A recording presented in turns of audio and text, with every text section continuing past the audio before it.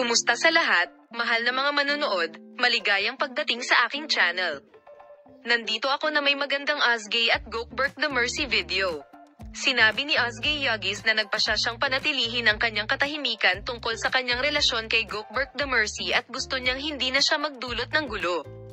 Sa Indian TV series na pinagbidahan nila, ang kamakailang pahayag ni Ozgay Yagis ay nagdulot ng patuloy na haka-haka tungkol sa kanyang personal na buhay at ito ay naging mainit na paksa. Oo, nagpasya akong panatilihing pribado ang aking buhay, lalo na pagdating sa mga usapin ng puso. Heavens, ikaw ay isang napakalapit na kaibigan at isang kahangahangang kasamahan at gusto kong iligtas sa kanya ang anumang hindi kinakailangang pasanin o stress na maaaring magmula sa pagsisiyasat ng publiko. Pahayag ng aktor. Ang desisyon ni Ozgay Yagis, kasunod ng pagtaas ng atensyon ng media tungkol sa panalangin ng kanyang relasyon kay Gokberk the Mercy, sabik na naghihintay ang mga tagahanga para sa mga sumusunod na koneksyon na makumpirma o tanggihan sa screen.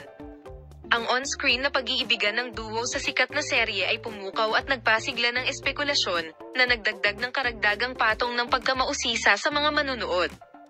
Pinahahalagahan ko ang suporta at pagmamahal na natatanggap namin mula sa aming mga tagahanga at naiintindihan ko ang kanilang pagkamausisa. Ngunit may mga pribadong bahagi ng ating buhay, at may ilang aspeto ng ating buhay na nais nating panatilihing pribado. Naniniwala ako na ang desisyong ito ay para sa aming mga interes.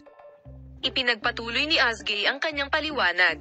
Salamat sa lahat ng nanonood ng aking video. See you in new videos.